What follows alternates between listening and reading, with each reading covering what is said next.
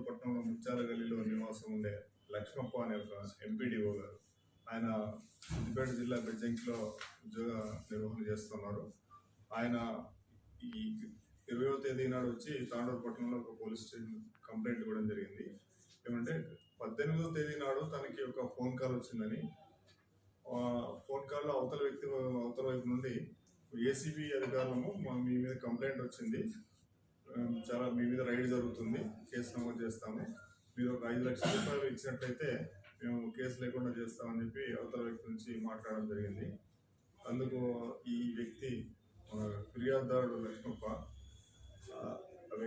అతను చెప్పే వ్యక్తి సమాచారాన్ని నిజమే అని చెప్పి నమ్మేసి అతను ఇచ్చిన ఒక 5 వేర్వేరు గూగుల్ పే, ఫోన్పే అకౌంట్లోకి ఇతను 5 లక్షల రూపాయలు ట్రాన్స్ఫర్ చేయడం జరిగింది. అప్పుడు వెంటనే అదే రోజు ఆ సమాచారం మేరకు మేము కేసు నమోదు చేసుకొని ఇన్వెస్టిగేట్ చేయడం జరిగింది తాండూరు పట్టణ పోలీస్ స్టేషన్లో. దీని మీద విచారణలో భాగంగా ఈ డిఫరెంట్ బ్యాంక్ అకౌంట్స్ అన్ని కూడా కర్ణాటక రాష్ట్రంలోని చిక్బళ్ళాపూర్ అండ్ వేరే ప్రాంతాల్లో ఉందని చెప్పి గ్రహించి అక్కడికి ఆ అకౌంట్ హోల్డర్స్ని కూడా మనం విచారించి చివరికి ఈ రోజు నాడు ఇద్దరు నేరస్తులు, దానికి సంబంధించి ఇద్దరు తరుణ్ గౌడ్ అండ్ ముజాహిద్ పాషా అనే ఇద్దరు నేరస్తుల్ని అరెస్ట్ చేయడం జరిగింది. ఈ తరుణ్ గౌడ్ అనే వ్యక్తి చిక్బళ్ళాపూర్లో ఉండేవాడు. అతను అక్కడ నుంచి అనంతపూర్కి వచ్చేసి అనంతపురం జిల్లా కురుకుంట గ్రామంలో సెటిల్ అయిపోయాడు. ఆ తర్వాత ముజాహిద్ పాషా చిక్బళ్ళాపూర్లోనే ఉంటున్నాడు. వీళ్ళిద్దరితో పాటుగా మెయిన్ ప్రధాన నిందితుడు అయినటువంటి జయకృష్ణ, అతను మెయిన్ మాస్టర్ మైండ్ దీంట్లో ఇలాంటి కేసుల్లో. అతను బెదిరించడము, దానికి అనుకూలంగా వీళ్ళు సహకరించి అకౌంట్స్ సప్లై చేసి అకౌంట్స్లో ఉన్న డబ్బును వీళ్ళు విత్డ్రా చేయడం, తర్వాత వాళ్ళందరూ పంచుకోవడం జరుగుతుంది.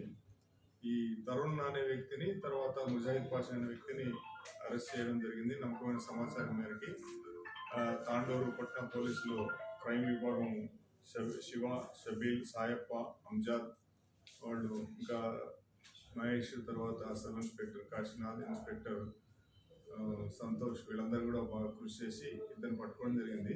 ప్రధాన నిందితుడైన జయకృష్ణ మీద ఆంధ్రప్రదేశ్ రాష్ట్రంలో 31 కేసులు నమోదైనాయి.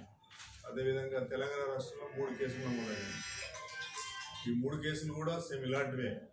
ఏసీబీ అధికారులు అని చెప్పి ప్రజలకి ఫోన్ చేసి బెదిరించడం. ఈ 3 కేసులు కూడా తెలంగాణ రాష్ట్రంలో ఉన్నవి అదే కేసులు ఉన్నాయి.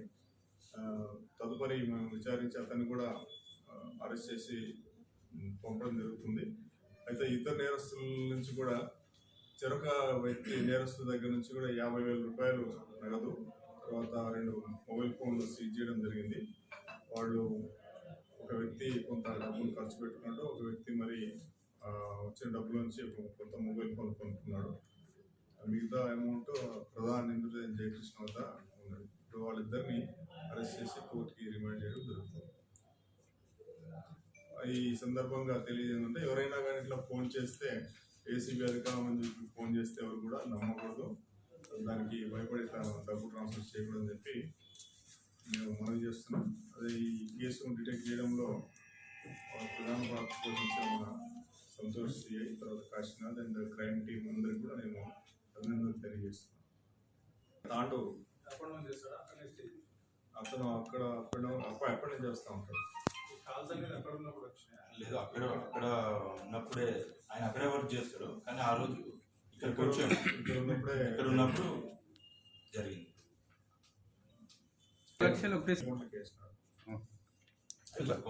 అంటే అవతల వ్యక్తి మాట్లాడే విధానాన్ని బట్టి అతను బెదిరిస్తే ఇతను బెదిరిపోయిన అమ్మాడు. వీళ్ళని ఎట్లా అకౌంట్స్ ఉన్నాయి కదా, ఇతను గూగుల్ పే, ఫోన్పే ట్రాన్స్ఫర్ చేసి కదా, ఆ బ్యాంక్ అకౌంట్స్ హోల్డర్స్ని పట్టుకొని వారి ద్వారా ఫర్దర్గా రీచ్ కాగలిగారు.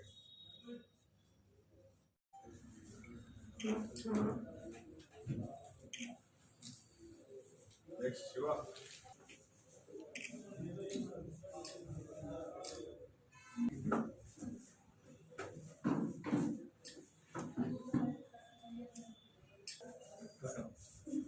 అందరూ వాళ్ళు ఒకరేసారి నిల్చుంటారు, ఒక ఫోటో వస్తుంది.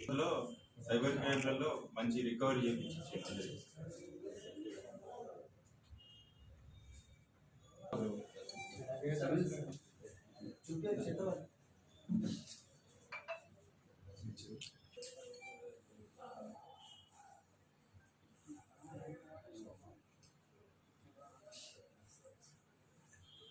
And photos of